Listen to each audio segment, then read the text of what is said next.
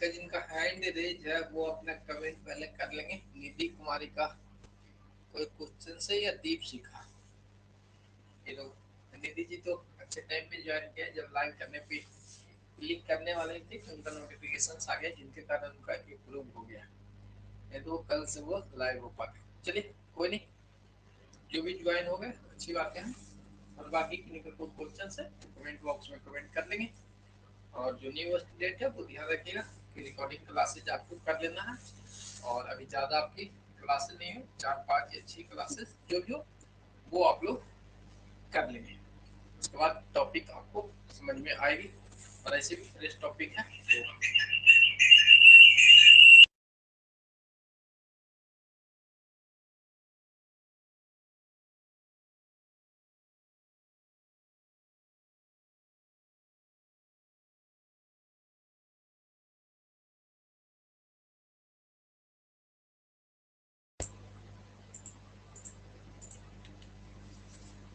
चलिए उम्मीद करते हैं कि सादा टॉपिक आपको अच्छे से समझ में आ रहा होगा। और एक चैट बॉक्स भी ओपन कर देते हैं। तो चलिए शुभ संध्या। चलिए कोई नहीं, आगे हम लोग रात्रि की ओर प्रस्थान करेंगे।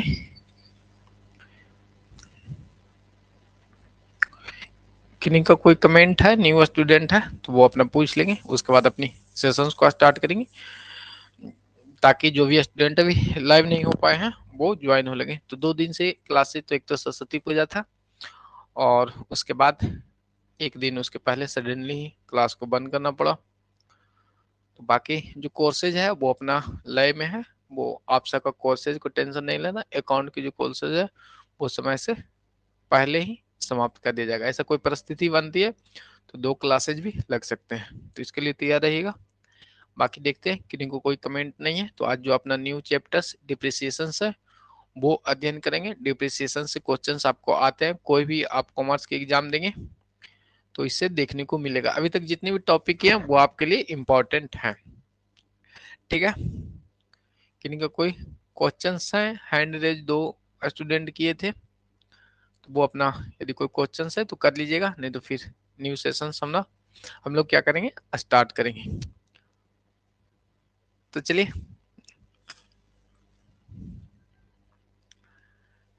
क्लियर है तो आगे स्टार्ट करें। एक बार कमेंट कीजिएगा, ऑडियो वीडियो क्लियर होंगे। आप लोग कमेंट कर लीजिएगा एक बार, उसके बाद स्टार्ट करेंगे। और तो स्टूडेंट कब ज्वाइन किया? अभी तक सरस्वती पूजा, वो आज विसर्जन होगा ना, तो कुछ लोग गए होंगे विसर्जन में भी। चलिए संजय सिंह जी ओके, तो हम लोग क्या करेंगे, कंटिन्यू करेंगे। न्यू चैप्टर्स अपना डिप्रिसिएशन है, क्लियर है सलोनी प्रिया जी? बिल्कुल। और उम्मीद करते हैं कि न्यू स्टूडेंट है उनका जो नेटवर्क होगा वो अच्छा होगा। और यदि उनको भी नोटिस दे दिया जाए कि यदि स्क्रीन ब्लैंक दिखाई दे तो क्या करना है, एप्लीकेशन से बाहर हो जाना। एप्लीकेशन से बाहर होने के बाद फिर से जस्ट ज्वाइन कर, यानी फुल्ली बाहर हो जाना है। जो स्क्रीन पे पूरा गायब कर दे ना एप्लीकेशन को, वो करके आ जाएगा तो दिखाई देगा। कभी कभी इशू हो जाते हैं तो टेंशन नहीं लेना है। बाकी हम लोग अपनी क्लास को स्टार्ट करते हैं। आज जो चैप्टर्स है वो अपना है डिप्रिसिएशन, और हिंदी में उसे हरास कहते हैं। हरास का कारण तो आपको पता ही है कि किसी भी चीज को हम लोग क्या कहते हैं, यूज करते हैं, उपयोग करने से उसमें जो क्षमता की कमी होती है और उसकी जो वैल्यू में जो कमी होती है उसे ही हम लोग हरास कहते हैं।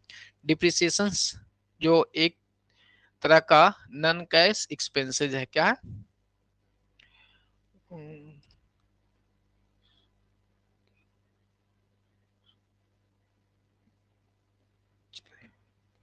आगे देखते हैं घिसवट क्या लिखे हुए। कोई दिक्कत है तो वो अपना फॉर्मूला जो है बाहर निकलने का वो कर लेंगे। बाकी हम लोग देख लेते हैं डिप्रिसिएशन के बारे में चर्चा करें। और डिप्रिसिएशन जो है अकाउंटिंग स्टैंडर्ड 6 को फॉलो करते हैं। डायरेक्ट क्वेश्चन आ जाते हैं कि डिप्रिसिएशन किस स्टैंडर्ड के अंतर्गत है, तो ये भी ध्यान में रखना है। बाकी तो पीडीएफ आपको अपलोड हो गया है स्टडी में, घिसावट लिखा हुआ है। हाँ घिसावट वही हुआ ना, घिसावट हुआ जो यूज करने से उसमें जो घिस घिस घर्षण होके जो क्षय होता है उसे घिसावट लिखा होता है। घिसावट लिखा, दिक्कत क्या है? घिसावट से क्या दिक्कत है? घिसावट का मतलब बचपन में वो, अच्छा हिंदी में अच्छा इंग्लिश में वो घिसा, वो देख रहे थे घिसावट है, कोई नहीं।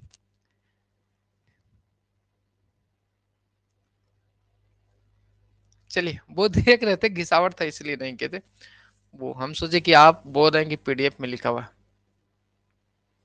चलिए तो कोई नहीं, वो देख लेते हैं हम लोग, एक सेकेंड। अपना कैमरा थोड़ा सा और एडजस्ट कर लेंगे,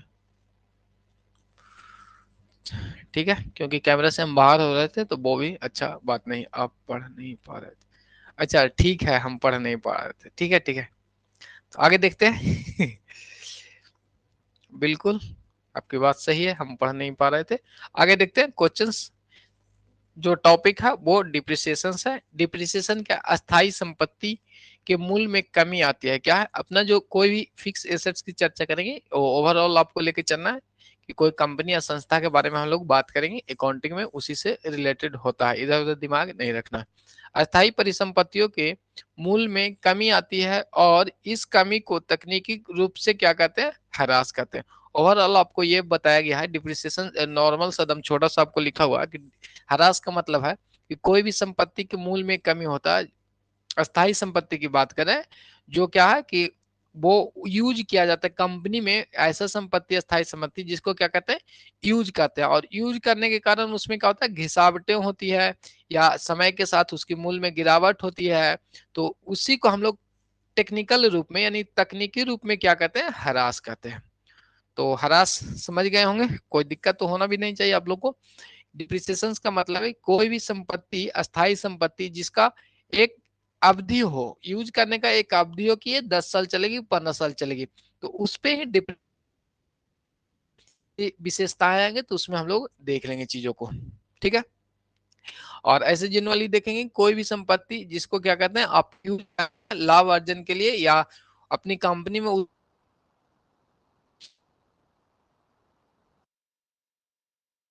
उसमें जो घर्षण आवत हो गए या क्षय हो गए, उसके कारण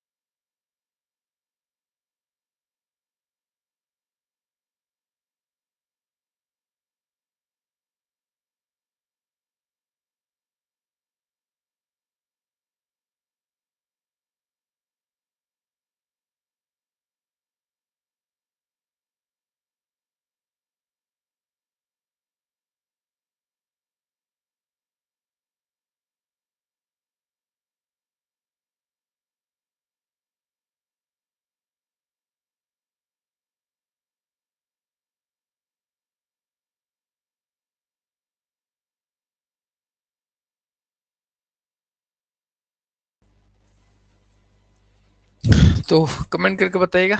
अब ऑडियो आपको आ रही है?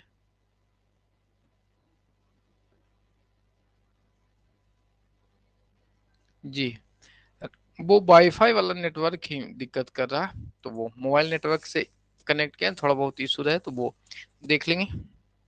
अचानक से वाईफाई वाला का नेट ही चला जाता है, दिक्कत हो जाती है।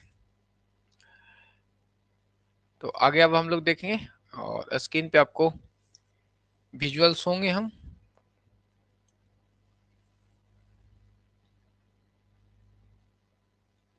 स्क्रीन पे आपको शो हो रही है।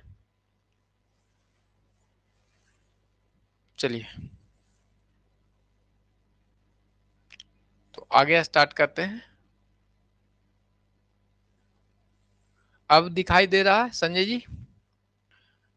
हाँ दिखाई दे रहा है, तो एक बार जिन जो भी स्टूडेंट अभी वेट कर रहे थे, वो क्लासरूम में थे, तो वो एक बार बाहर हो जाएंगे क्लासरूम से, उसके बाद क्या करेंगे, फिर से वो इंटर कर लेंगे, ठीक है। तो फिर से एक बार जो भी स्टूडेंट क्लासरूम में थे वो क्या होंगे, एक बार बाहर हो जाएंगे, उसके बाद फिर से इंटर करेंगे तो वो विजुअल्स होंगे। और फिर इंटरनेट जो सप्लायर्स है उसको कॉल करते हैं तो उठाता नहीं है, डेली का उसका समस्या है, क्या करें। चलिए देख लेते हैं, जो भी होगा वो हम लोग तो अपना क्लास करना ही है, जैसे भी होगा करेंगे। आगे देखते हैं हम लोग। अब देखते हैं ये वाली पॉइंट आपको याद रखना है, अकाउंटिंग स्टैंडर्ड 6। जो अकाउंटिंग स्टैंडर्ड है यानी मानक जो दिया गया है लेखांकन के संबंध में, जिसको शॉर्ट में कहते हैं हम लोग एएस। एएस का फुल फॉर्म हुआ आपको, एएस कहते हैं यानी अकाउंटिंग स्टैंडर्ड 6। अकाउंटिंग स्टैंडर्ड 6 में डिप्रिसिएशंस की चर्चा की गई है। क्या की गई, अकाउंटिंग स्टैंडर्ड 6 में डिप्रिसिएशंस की चर्चा की गई है। और इसी को आगे देखते हुए, और मैं भी उम्मीद है कि पिक्चर्स तो दिखाई नहीं दे रहा होगा, आगे देख लेते हैं। अकाउंटिंग स्टैंडर्ड 6 इज जो है, अकाउंटिंग स्टैंडर्ड 6 क्या कहता है, इशू करता है, issued by institute of chartered accountant India. इनका नाम तो आप लोगों ने सुना ही होगा, क्योंकि कॉमर्स की क्लासेज ज्वाइन किए होंगे या कॉमर्स लेने की सोचेंगे तो आईसीएआई का नाम अवश्य सुने होंगे, जो सीए की कोर्स को उपाधि देती है, कहिए कोर्स करवाती है, ठीक है। तो अकाउंटिंग स्टैंडर्ड 6 आपको याद रखना है। बाकी अकाउंटिंग स्टैंडर्ड हम आपको क्या है अध्ययन करवाएंगे, तो वो उसमें कम से कम आपको मिनिमम 20 तक याद रखना है अकाउंटिंग स्टैंडर्ड। और साथ में ये देखेंगे जैसे जैसे अकाउंटिंग स्टैंडर्ड आपको क्लियर होते जाएंगे और वो एक साथ मिक्सअप होते रहेंगे। तो सबसे पहले याद रखिएगा अकाउंटिंग स्टैंडर्ड 6 है। डिप्रिसिएशन की चर्चा अकाउंटिंग स्टैंडर्ड 6 में की गई, किस तरह से डिप्रिसिएशन को लगाना है, क्या इसके नियम कानून है, वो सारी डिटेल आपको अकाउंटिंग स्टैंडर्ड 6 में दिया गया है। उसी को आगे कंटिन्यू करते हुए हम लोग अब देखते हैं। यहाँ पे दिया हुआ है कि institute of cost and management accounting, क्या है, institute of cost and management accounting London, ICMA। Full form भी याद रखिएगा, 5-6 को फुल फॉर्म है आपको, वो साथ में याद रखिएगा, यानी 6 याद रखते हैं और एक पूछ दिया जाता है तो वो आपको 1 नंबर हो जाएंगे, ठीक है। और बाकी तो 2-3 बार रिपीट करते ही रहते हैं, तो अध्ययन करने से भी वो ऑब्जेक्टिव टाइप क्वेश्चन है तो फाइंड आउट हो जाते हैं, बट ध्यान देना है आपको, ठीक है। ICMA यानी institute of cost and management accounting, Hindi में इसे सेम ही हम लोग कहते हैं, institute of cost and management accounting London के अनुसार ह्रास पे संपत्ति की वास्तविक मूल्य, क्या है, वास्तविक मूल्य में इसके उपयोग अथवा समय बीतने के कारण आई घटोतरी को ही ह्रास कहा जाता है। क्या है, ह्रास, ह्रास कहते हैं, क्या ह्रास कहते हैं, ठीक है। तो ओवरऑल जो इंस्टीट्यूट है इसका भी यही कहना है कि कोई भी संपत्ति को हम लोग क्या कहते हैं, उपयोग में लाते हैं, उपयोग में लाने के बाद इसकी जो मूल्य में कमी हो जाती है उसे ही हम लोग ह्रास कहते हैं, ठीक है। यहाँ तक क्लियर है और उम्मीद करते हैं कि सबको कोई इशू नहीं हो रहा होगा। अब आगे हम लोग देखेंगे एग्जाम्पल ऑफ डिप्रिसिएबल्स एसेट्स, यानी अब ध्यान रखना है डिप्रिसिएशन किस पे लगते हैं, एसेट्स पे लगता है, फिक्स एसेट्स पे हम लोग क्या करते हैं, डिप्रिसिएशन लगाते हैं। तो उम्मीद करते हैं अब आपको जो वीडियो है वो भी, मेरा पिक्चर्स भी आपको आ रहा होगा। तो अब हम लोग देख लेते हैं आगे,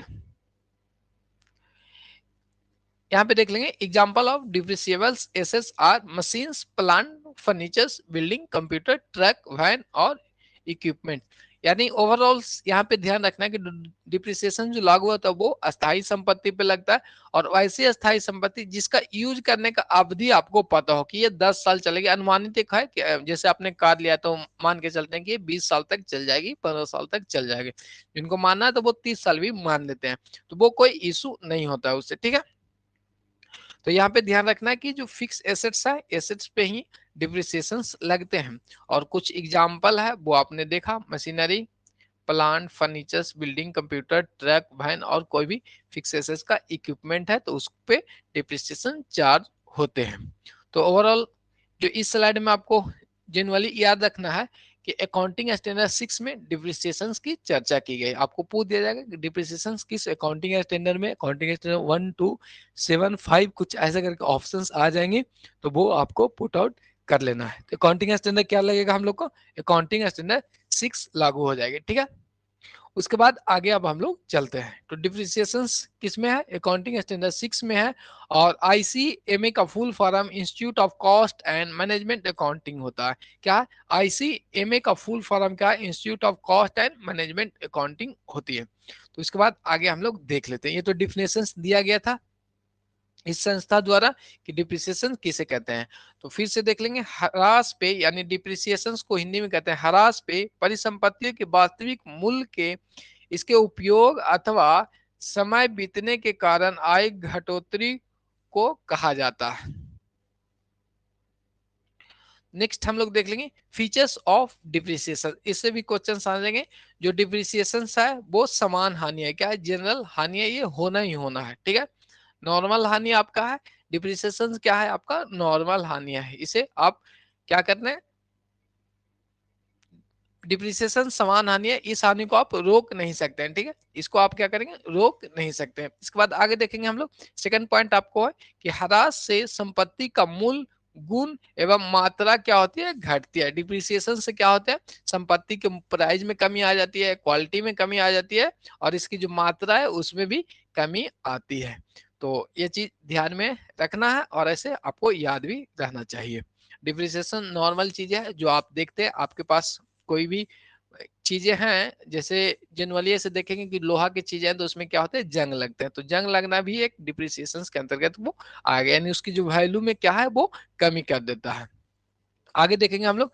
थर्ड नंबर का पॉइंट है ह्रास गैर रोकड़ व्यय है। ह्रास जो आपका क्या है, वो गैर रोकड़ व्यय है जिसकी नगद भुगतान नहीं होता है। अब यहाँ पे आपको ध्यान रखना है कि ह्रास क्या अपना गैर रोकड़ यानी नॉन कैशबल क्या है,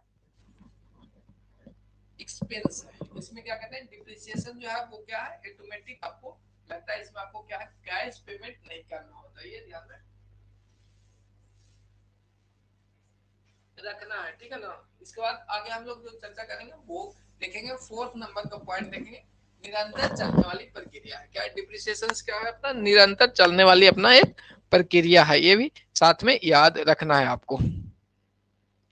इसके बाद आगे देख लेते हैं हम लोग।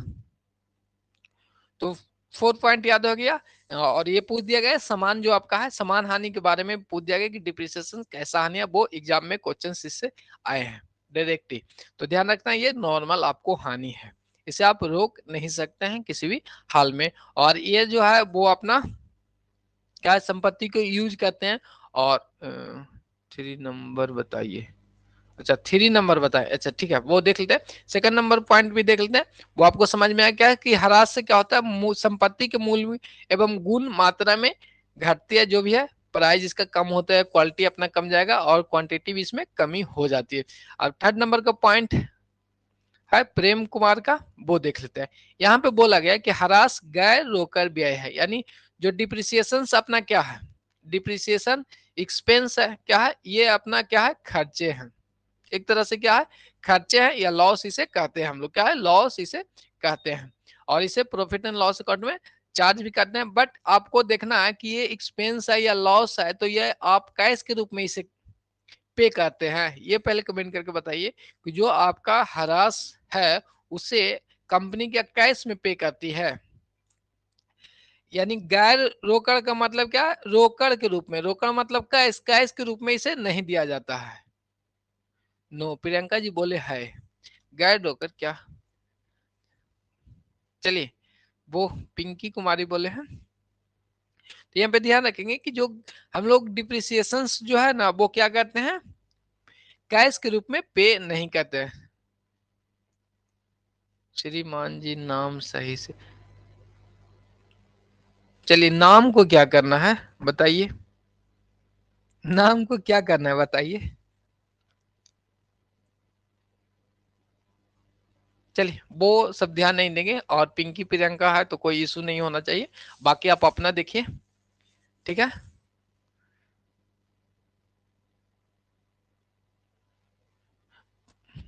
प्रोविजंस, प्रोविजंस आपको किस लिए कहते हैं बताइए, डिप्रिसिएशन के लिए प्रोविजन करते हैं, तो इसका मतलब खर्च थोड़े ना वो है।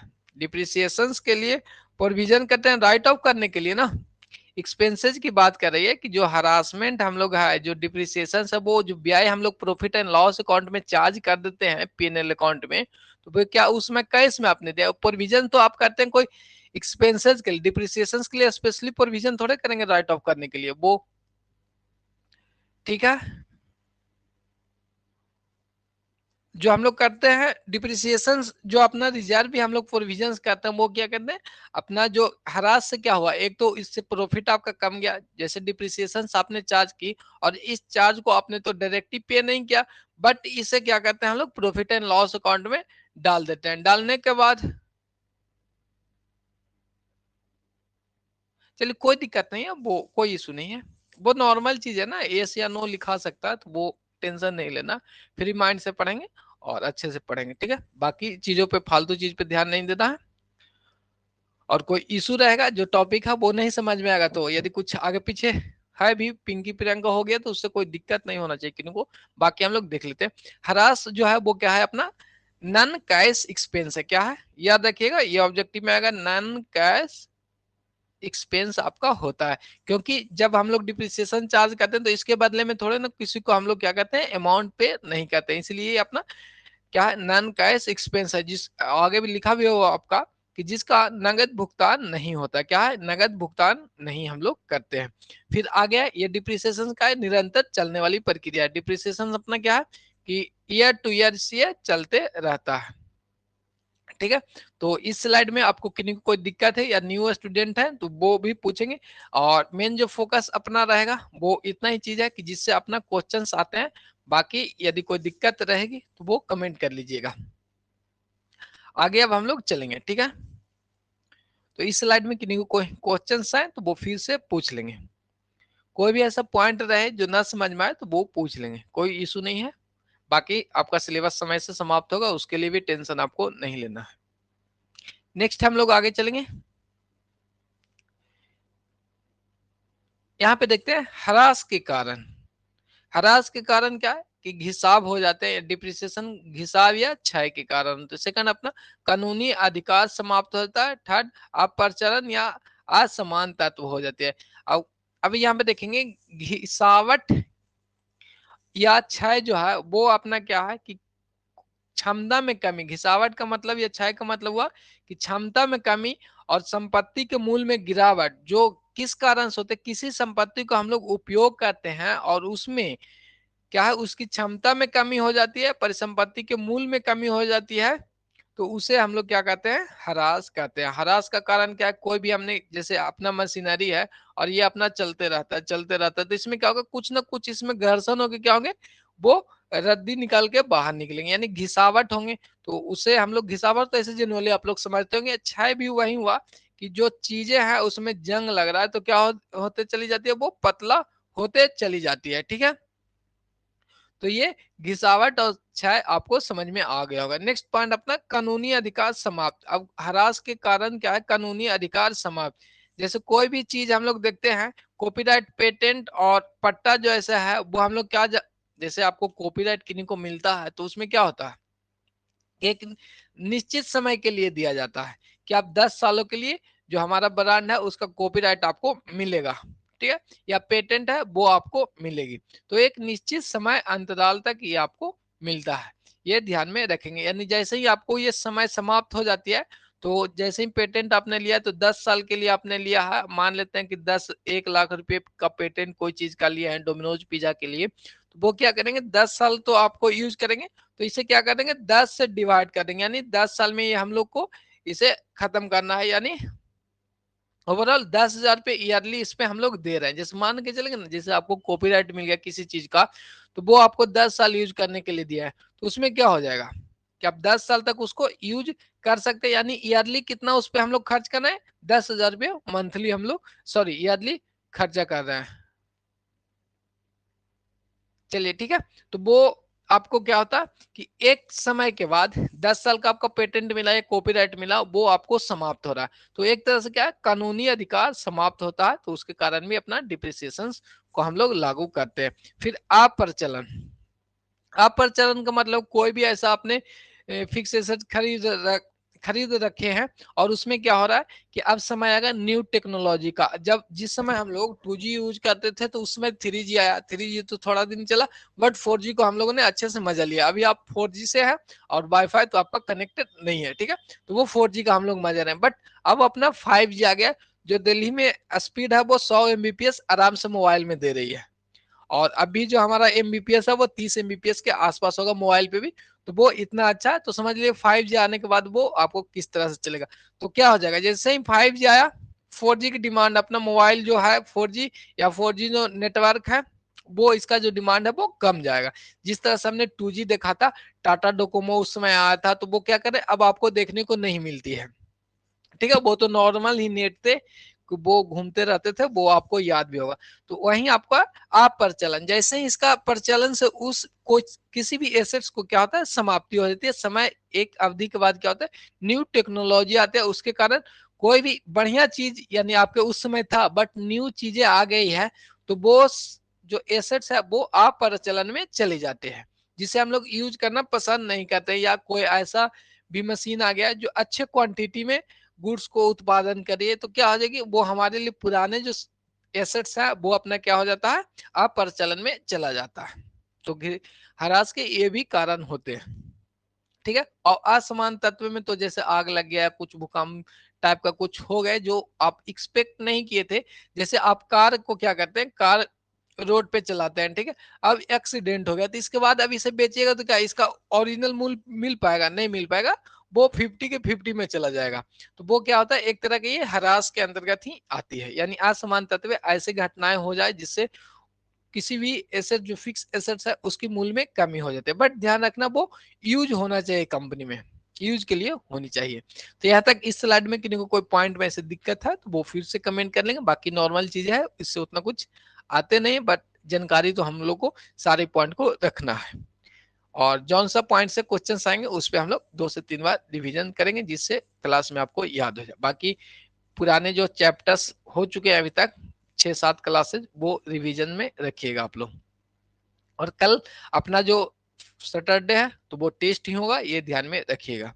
और बेसिक्स जो क्लासेज हो चुकी है उसका, और अभी डिप्रिसिएशन तक कोशिश करेंगे कि वो मे बी कल की क्लास टाइमिंग ना 7 बजे रख देते हैं। 2 घंटे की क्लास हम लोग ले लेंगे, क्योंकि 1 घंटा में अपना 30 से 35 क्वेश्चन ही हो पाता है। मे बी उम्मीद करते हैं कि आप लोग एग्री करेंगे, तो 7 बजे से कल एमसीक्यू सेशंस कर लेंगे, और कोशिश करेंगे कि 2 घंटा आप लोग टिक पाइए। कमेंट कीजिएगा, उसके बाद आगे हम लोग टॉपिक पे आएंगे। ठीक है, चलिए, वो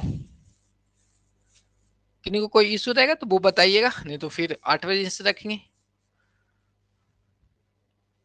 ऐसा। चलिए, क्योंकि जितना समय तो हम लोग को पास मैंने लास्ट तक अपना क्या करना, मार्च तक समाप्त कर लेना, एमसीक्यू भी साथ में समाप्त कर लेंगे तो वो अच्छा रहेगा, जिससे क्या होगा कि आप पीछे वाली जो टॉपिक है वो रिवीजन करके आइएगा।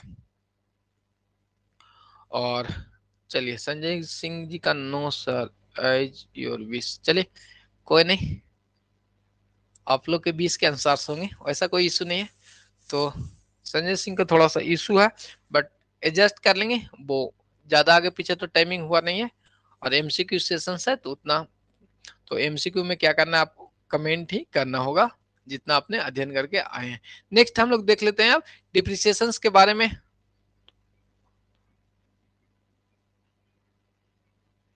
चलिए, खाना बनाते हैं, अच्छा तो खाना बनाते हैं तो कोई नहीं ना, वो कमेंट कर लीजिएगा, बाकी पीडीएफ रहेगा। और 9 से 10, 9 से 10 ज्यादा रात नहीं हो जाएगा। पिंकी जी का कमेंट है कि सर खाना बनाते हैं तो 9 से 10, तो ऐसे तो 8 बजे से लेते हैं, 9 से 10, 7 से ठीक है, 9 से 10 ज्यादा रात हो जाएगा ना, 10 नहीं वो 11 के आसपास चला जाएगा। कोशिश करेंगे कि बिल्कुल 7 से ठीक रहेगा। अच्छा, 2 स्टूडेंट का थोड़ा सा इशू है, तो क्या करिएगा, एडजस्ट कर लेंगे, 7 बजे ठीक रहेगा, क्योंकि 9 बजे करेंगे तो 11 बज जाएगा। और मैं भी जैसे ज्यादा रात्रि होगा ना, जैसे क्लासेज अपना क्या हो जाएगा, एग्जाम या जल्दी अनाउंस कर देते हैं, तो वो हम लोग 9, 10, 11 सब कर लेंगे। डीप कैलकुलेट करने से 12th मंथ होते हैं, डिप्रिसिएशन कैलकुलेट करने के 12 मेथड होते हैं। चलिए 12 मेथड को क्या करना है, ठीक है। संडे को सुबह, संडे को सुबह, संडे को सुबह नहीं हो पाएगा ना, एक दिन हमें भी समय चाहिए ना। बाकी तो 7 दिन हम आपके लिए बिजी है ही, ठीक है। और वो रिविजन्स करना है या कुछ और एक्स्ट्रा चीजें रहती है तो वो करना रहता है। सर को सोने दीजिए, चलिए ठीक है। तो वो देख लेते हैं, वो थोड़ा सा एडजस्ट कर लीजिएगा, एक दिन की तो बात है ना, ऐसे थोड़ा डेली डेली की समस्या नहीं है, वो एक दिन की समस्या है, तो वो एडजस्ट कर लेंगे, उम्मीद करते हैं आप लोग। बाकी हम लोग आते हैं, तो याद रखिएगा 7 बजे से कल अपनी क्लासेज होगी, उसमें एमसीक्यू रहेगी। और तो 5 बजे वाली क्लास आपको नहीं रहेगी, यूट्यूब पे डायरेक्ट यही रहेगी। चलिए आगे देख लेते हैं, method of calculation of depreciation. Depreciation की जो मेथड है वो हम लोग देख लेते हैं, बारी बारी से सारी डिप्रिसिएशन की जो विधियां वो देख लेंगे। विधियां से क्वेश्चंस आपको आते हैं, यानी जो मेथड है उससे क्वेश्चंस आते हैं। समान रूप से दो विधियां प्रचलन में है, जो यूजुअल है और जिसका नाम ज्यादा सुनने को आता है वो अपना है। उसके बाद लास्ट में हम लोग अन्य विधि जो है उसको भी देख लेंगे, सिर्फ नाम को हम लोग जान के रखेंगे शॉर्ट फॉर्म में। और बेसिक जो है वो अपना इन दोनों मेथड से आते हैं। दो मेथड है, straight line method, SLM method कहते हैं शॉर्ट में, और सेकंड अपना है क्रमागत विधि यानी रिटर्न डाउन वैल्यू मेथड कहते हैं, A W D B method कहते हैं। तो शॉर्ट में एक एक अक्षर सबको लेना है, एस एल एम मेथड, और यहाँ पे डब्ल्यू डी भी M method, W D M ऐसे लिख देते हैं शॉर्ट में भी, ठीक है।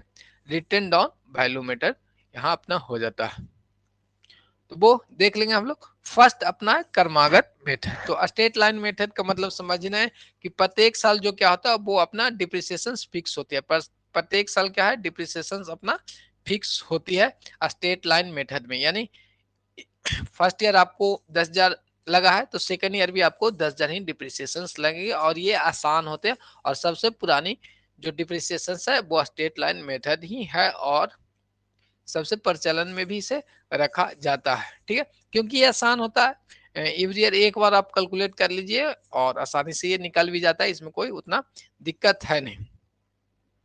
तो एक सेकेंड देख लेते हैं कि ये स्ट्रेट लाइन मेथड इसे किस लिए कहा जाता है, वो भी हम लोग देख लेते हैं। कुछ सर्कल देख लेते हैं, वो आए तब ना।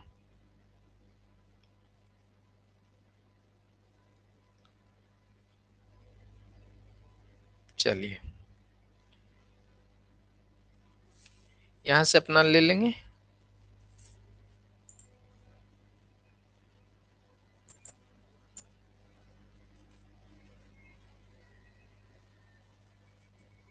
चलिए तो ये कुछ ग्राफ को हम लोग देखते हैं, यहाँ पे देखेंगे नीचे जो है वो अपना क्या है ईयर दिया हुआ, मान लेते हैं 2022, नहीं 2021 मान लेते हैं, तो वो तो फिर आगे चला जाएगा।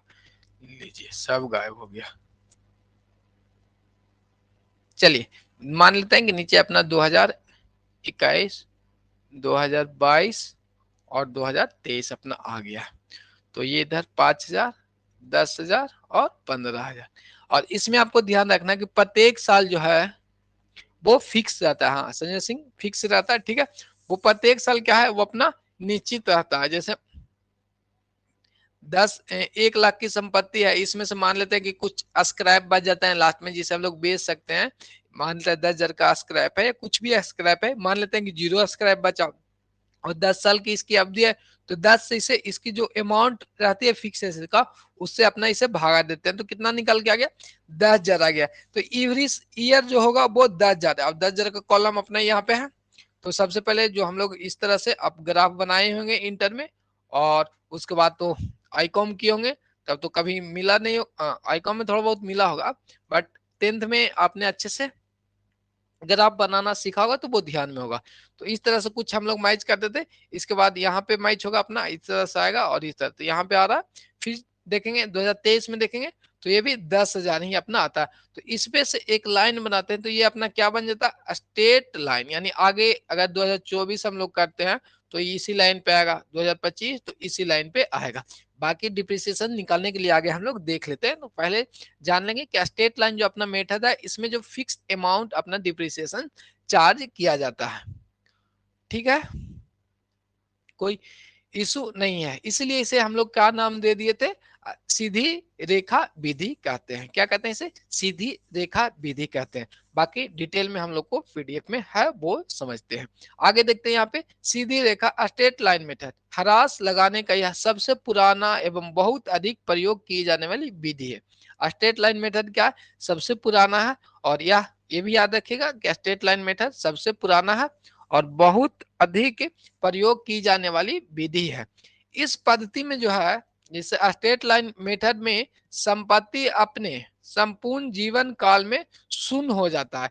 ये भी आपको याद में रखना। स्ट्रेट लाइन मेथड में जो एसेट्स का वैल्यू है वो अपना क्या हो जाएगा? शून्य हो जाएगा। जैसे जैसे डिप्रिसिएशन से यदि एवरी ईयर आप लगाएंगे तो वो अपना शून्य ही हो जाएगा ना। जैसे 10,000 की संपत्ति है, हर साल 10,000 रुपया लगाएगा तो वो समाप्त हो जाती है। या 20,000 के तो 2 साल में समाप्त होगी। 30,000 की संपत्ति 10,000 हम डिप्रिसिएशन लगाए तो 3 साल में समाप्त हो जाती है। तो वहीं यहाँ पे ध्यान रखना है कि ह्रास लगाने का यह सबसे पुराना मेथड यानी ओल्ड मेथड है और बहुत ही अधिक प्रयोग की जाने वाली विधि है। इस पद्धति में संपत्ति अपने संपूर्ण जीवन काल में शून्य हो जाते हैं। तो ये पॉइंट आपको याद में रखना है। बाकी पॉइंट टू पॉइंट इसे लिख सकते थे, बट कोई नहीं, जैसा वो हम लोग याद कर ले। यह सबसे पुरानी एवं बहुत अधिक प्रयोग में की जाने वाली पद्धति है। और ये वाली पॉइंट अवश्य याद रखिएगा। क्या जीवन काल में क्या होता है? संपूर्ण जीवन काल में ये शून्य हो जाती है इसकी वैल्यू। स्ट्रेट लाइन मेथड को क्या कहते हैं? अस्थाई पद्धति भी कहते हैं। इनका अन्य नाम भी क्या है? अस्थाई पद्धति है। ठीक है, और तो इसमें तो कुछ है नहीं कि वो इस पे से कुछ क्वेश्चंस आपको एराइज हो सकता है। यदि किसी को कोई दिक्कत है तो वो कमेंट कर सकते हैं। उम्मीद है कि इसमें तो कुछ है ही नहीं। सीधा आपको याद रखना है कि स्ट्रेट लाइन मेथड में क्या होता है, पूरे जीवन काल में इसकी जो वैल्यू है वो अपना शून्य हो जाती है। और यह क्या है? सबसे पुरानी एवं बहुत अधिक प्रयोग किए जाने वाली पद्धति है। यहां तक क्लियर है? उसके बाद आगे हम लोग चलते हैं। नेक्स्ट हम लोग देखेंगे इसका जो स्ट्रेट लाइन मेथड का फॉर्मूला आपको याद रखना है। क्या है फॉर्मूला? आपको याद रखना स्ट्रेट लाइन मेथड में परिसंपत्ति की लागत यानी कॉस्ट ऑफ एसेट्स, यानी जो एसेट्स का जो वैल्यू था, एसेट्स का जो वैल्यू है वो माइनस अनुमानित अवशिष्ट वैल्यू, यानी जो स्क्रैप बच जाता है स्क्रैप वैल्यू, वो हम लोग डिडक्ट कर देंगे। उसके बाद क्या है? परिसंपत्ति की अनुमानित जीवन काल, यानी जो लाइफ होगा परिसंपत्ति की वो बटे में हम लोग लिखते हैं। तो बाकी क्या हो गया? वार्षिक ह्रास इससे निकल जाएगा। यानी ह्रास किस तरह से निकाल सकते हैं? संपत्ति की कॉस्ट वैल्यू माइनस अनुमानित स्क्रैप, यदि कोई स्क्रैप बच जाता है तो वो हम लोग माइनस कर लेंगे, नहीं बचता है तो हम लोग नहीं करेंगे। ठीक है, जैसे मान लेते हैं कि 10 साल में कोई भी संपत्ति है तो कुछ बचेगा ना। जैसे मान लेते हैं कि 500 के बच गया, 10,000 की संपत्ति 50 रुपए में बच गया, तो इसे ये कहते हैं स्क्रैप वैल्यू, जो कबाड़ी के हम लोग बेचते हैं। तो कुछ अनुमानित मान लिया जाता है कि इतना चलेगा। ठीक है, इतना स्क्रैप निकल सकता है, तो वो हम लोग डिडक्ट कर देंगे कॉस्ट में से। बाकी क्या करेंगे? संपत्ति की अनुमानित जीवन काल से हम लोग भागा दे देते हैं। जैसे कोई भी आपने एक कार खरीदी है तो वो आपको क्या पता, देख लेते हैं यहाँ पे एक अच्छी सी कार बना ले, बन जाएगा? उम्मीद तो नहीं है कि कार और बनेगा। चलिए, ये तो लगता है ऊंट बनेगा जी।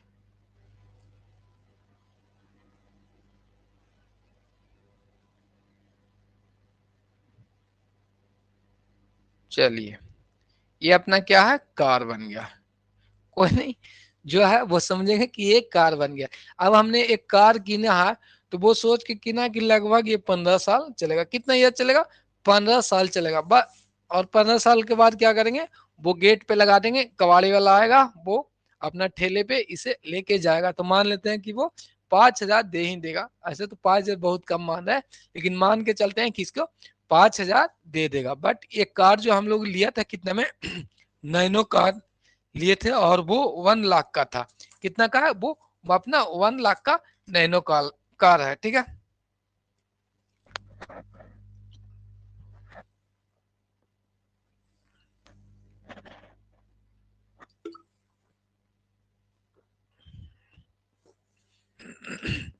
चलिए, तो क्या है अपना वो नैनो कार है, तो उसको 1 लाख रुपया में किने थे और मान के चल रहे हैं कि वो 5,000 रुपया स्क्रैप में मिल जाएगा। तो इस पे डिप्रिसिएशन किस तरह से निकालेंगे, और हमने माना कि 15 साल चलेगा या 20 साल चलेगा, मान लेते हैं कि 20 साल चलेगा, हम इसको चला लेंगे, बाकी बेटा उठाएगा तो वो अपना नया लेगा, ठीक है। तो वो ऐसे भी वो उसके लिए ओल्ड जनरेशन हो ही जाएंगे 5 साल के बाद। तो इसका जो जो वैल्यू जो ईयर्स है, हम लोगों ने अनुमानित किया कि ये 10 साल चलेगी, और इसका कॉस्ट है वो 1 लाख रुपया में नैनो लिया था। और ये भी मैंने हम लोग एज्यूम करके चल रहे थे, क्वेश्चंस में आपको दिया रहेगा कि स्क्रैप वैल्यू आपको कितना, यानी अनुमानित अवशिष्ट मूल्य, यानी स्क्रैप वैल्यू इंग्लिश में कहते हैं, वो अपना 5,000 का। तो संपत्ति की लागत कितना था, 1 लाख रुपया, और माइनस कितना कर देंगे, जो स्क्रैप वैल्यू आपका अनुमानित अवशिष्ट मूल्य कितना 5,000, और जो ईयर्स है वो अपना 20 दिया हुआ है। 20 साल रहे या 15 साल रहे, जो भी रहे वो अपना हो जाएगा। इसके बाद इसे हम लोग सॉल्व करेंगे, 95/20, 10 से 10, 2 चौका 2 7 14, 2 5 को 10,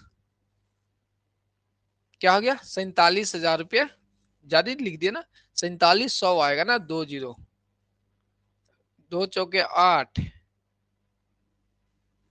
हाँ 4700 ही आएगा, 2 चौके 8, 2 7 14, 2 5 को 10, 1 0, हाँ। कितना डिप्रिसिएशन वैल्यू आ गए वो लिख देते हैं रेट से, 4750। ये हम लोग ये डिप्रिसिएशन निकल के आ गया, आसान है डिप्रिसिएशन निकालना, कोई दिक्कत नहीं है, बट ध्यान में रखना है फॉर्मूले को कि स्क्रैप वैल्यू भी हम लोग को क्या करना, घटाना रहता है। ऐसे जनरली हम लोग क्या करते हैं, कॉस्ट में बटे जो अवधि दिया हुआ रहता है उसे हम लोग डिडक्ट कर देते हैं। इसके बाद जो ह्रास की दर है वो देख लेते हैं। और ऐसे भी प्रॉफिट परसेंटेज आप लोग निकाला होगा, तो जो प्रॉफिट की दर निकालते थे तो प्रॉफिट ऊपर बटे लागत इंटू 100, उसी तरह से ह्रास है तो वार्षिक ह्रास बटा लागत गुना 100, यानी आपको दिया रहेगा कि वार्षिक ह्रास कितना है, और उससे अपना डिप्रिसिएशन की दर रेट हम लोग निकाल लेंगे, रेट ऑफ डिप्रिसिएशन निकाल लेते हैं। मान लेते हैं कि डिप्रिसिएशन वार्षिक या 10,000 लग रहा था, कॉस्ट 1 लाख का था। जैसे देख लेते हैं कि डिप्रिसिएशन जो है वो अपना क्या मान के चलते हैं कि ईयर टू ईयर्स अपना 10,000 लग रहा है, और कॉस्ट अपना कितना है, कॉस्ट मान लेते हैं कि 1 ही लाख मान लेते हैं, फिर से नए क्वेश्चन है। अब इससे हमको पूछ दिया कि डिप्रिसिएशन का रेट बताएं, क्या है रेट बताएं, तो यहाँ पे अपने पास फॉर्मूला है, इसमें पुट कर देंगे डिप्रिसिएशन ईयर टू ईयर, यानी वार्षिक ह्रास कितना है, 10,000 रुपया दिया हुआ तो 10,000 पुट कर लेंगे। और ऐसे वो जैसे प्रॉफिट लॉस निकालते थे ना, लाभ से हम लोग निकालते थे, वही है फॉर्मूला, उसी पे सिर्फ नाम चेंज है, वार्षिक ह्रास बटे कॉस्ट अपना 1 लाख रुपया और इंटू 100। ये न्यू क्वेश्चन है और ये अपना अलग क्वेश्चन था, ठीक है। तो यहाँ से 1 2 3 1 2 3 1 1 और 1 से 1 ये 0 घट गया, तो कितना आ गया 10 बच गया, 10%, कितना इनका आ गया 10% आ गया। तो इस तरह से हम लोग ह्रास की दर भी निकाल लेते हैं। तो 4.7 कैसे आता है जी। चलिए किन्हीं को कोई अब डाउट है तो थोड़ा सा पूछ लेंगे, उम्मीद है कि आपको कमेंट आना चाहिए, तो जल्दी से पूछ लीजिएगा कोई डाउट है तो।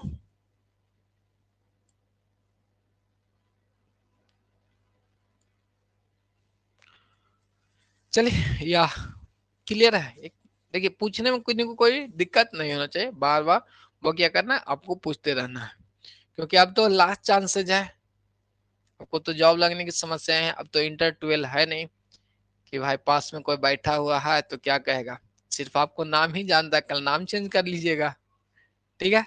तो लजाना नहीं है। आगे देख लेते हैं, निधि कुमारी का 4.7 आया था, अच्छा वो शॉर्ट में लिखे होंगे 4,550 रुपया। तो और किन्हीं का कोई कमेंट है तो वो पूछ लेंगे, बाकी थोड़ा सा वेट करेंगे, ठीक है। किन्हीं का कोई कमेंट है तो वो करिएगा, थोड़ा सा आप लोग वेट कीजिए।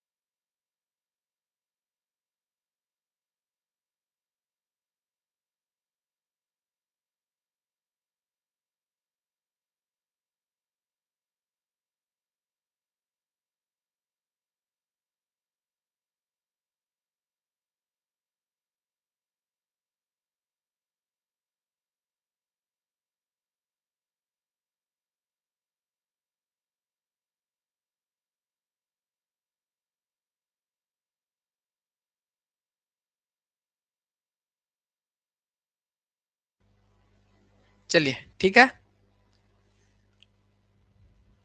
वॉइस नहीं है ना, वो 5 बजे यूट्यूब पे क्लासेस था तो बोले थे ना कि ट्रेन पकड़ाने जाना है, तो स्टेशन पे छोड़ गए हैं वो, 2 घंटे हो गए हैं ना लगभग, तो कोई ट्रेन ही नहीं आया है, लगता कैंसिल है, तो वही फोन किए थे, तो इसीलिए कॉल रिसीव करना पड़ा। ऐसे तो जनरली किन्हीं को रिसीव करते नहीं है। तो उम्मीद करते हैं कि आपका कोई कमेंट नहीं आया है, तो कोई दिक्कत नहीं हुआ होगा इस स्लाइड में समझने में, और आसान भी है। और बाकी किन्हीं को कोई डाउट रहेगा तो जरूर पूछिएगा। ठीक है, आगे देखते हैं। तो जल्दी से हम लोग कर लेते हैं, फिर रिसीव करने जाएंगे, थोड़ा देर आएंगे पैदल उधर से। ठीक है, आगे देख लेते हैं। क्वेश्चन नंबर 1 हम लोग देखेंगे। परिसंपत्ति का मूल लागत 3000 रुपया है। डिफिनेशंस आपको नोट कर लिए होंगे, और पीडीएफ आपको स्टडी मटेरियल जो सेक्शन है उस पर उपलब्ध है। देख लेंगे हम लोग। परिसंपत्ति की मूल लागत 3000 रुपया, यानी जो एसेट्स है उसकी जो कॉस्ट है वो अपना 3 लाख रुपया है। इसका उपयोग जीवन काल 10 वर्ष है। क्या है जो इसका जो यूज है वो अपना क्या है, 10 साल इसका यूज है। एवं अवशिष्ट मूल 50,000 रुपया लगाया गया। प्रति वर्ष लगाए गए ह्रास की राशि एवं ह्रास की दर निकालें। अब आपको बताना है, 2 चीज निकालना है। एक तो एवरी ईयर कितना डिप्रिसिएशन लगेगा वो निकालना है, और साथ में आपको रेट भी निकालना है। चलिए, सोनाली प्रिया जी का आ भी गया है कमेंट, 25,000 रुपया। बिल्कुल, देखते हैं क्या सही है। बाकी आप लोग भी, जूही परवीन जी का भी 25,000 आ गया। और देख लेते हैं डिप्रिसिएशन बराबर क्या हो जाएंगे, जो कॉस्ट हो जाएंगे, यानी मूल्य लागत अपना कितना है, जो कॉस्ट है वो, और इसमें से क्या कर देना है हम लोग को, स्क्रैप वैल्यू जो बचा है, यानी अवशिष्ट मूल्य 50,000 रुपया, अब उसे हम लोग क्या कर देंगे, डिडक्ट कर देंगे। और बटा में हम लोग क्या करेंगे, कितना अवधि काल था इसका, जो जीवन काल था। शैलेश का भी 25 आ गया है, कृष्ण कुमार का, कृष्ण नंदन कुमार का भी 25 आ गया है। चलिए, 2500, अच्छा 25, अच्छा 25 जा रहा है। ठीक है ठीक है, चश्मा लगता है, लगाना पड़ेगा, कोई नहीं, वो देख लेते हैं। बटे 10 लिखेंगे, और यहाँ पे हम लोग निकाल लेंगे। तो 3 लाख में से 50,000 घटाएंगे तो 2 लाख अपना 50,000 रुपया हो जाएगा,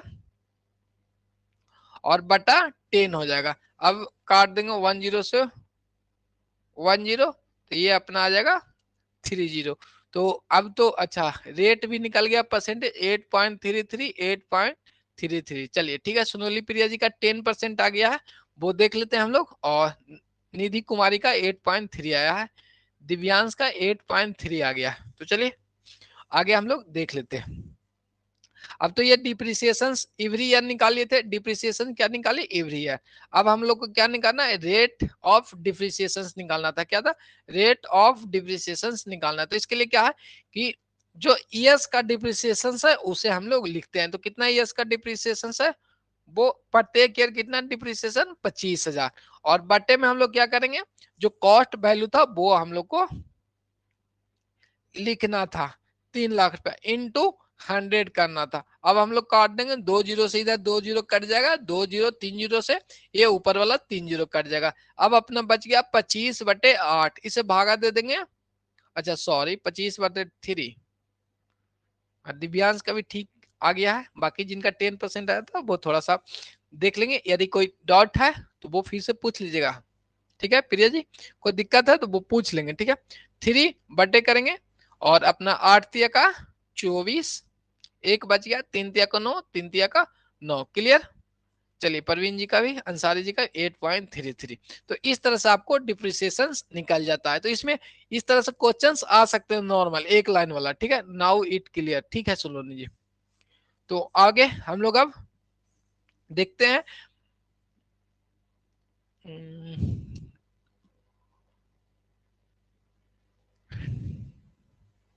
तो रहने देते हैं, जाना है स्टेशन भी उनको लाने के लिए भाई साहब को, वो ड्यूटी जा रहे थे और ट्रेन ही नहीं आया।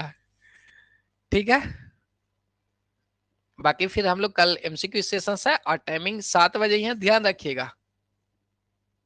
और यूट्यूब पे 5 बजे क्लास होगी नहीं, क्योंकि वो जो एमसीक्यू सेशन है वो दोनों जगह लाइव रहेगा। बाकी देखते हैं किस में कितना है दम। बाकी मिलते हैं कल। ठीक है सर,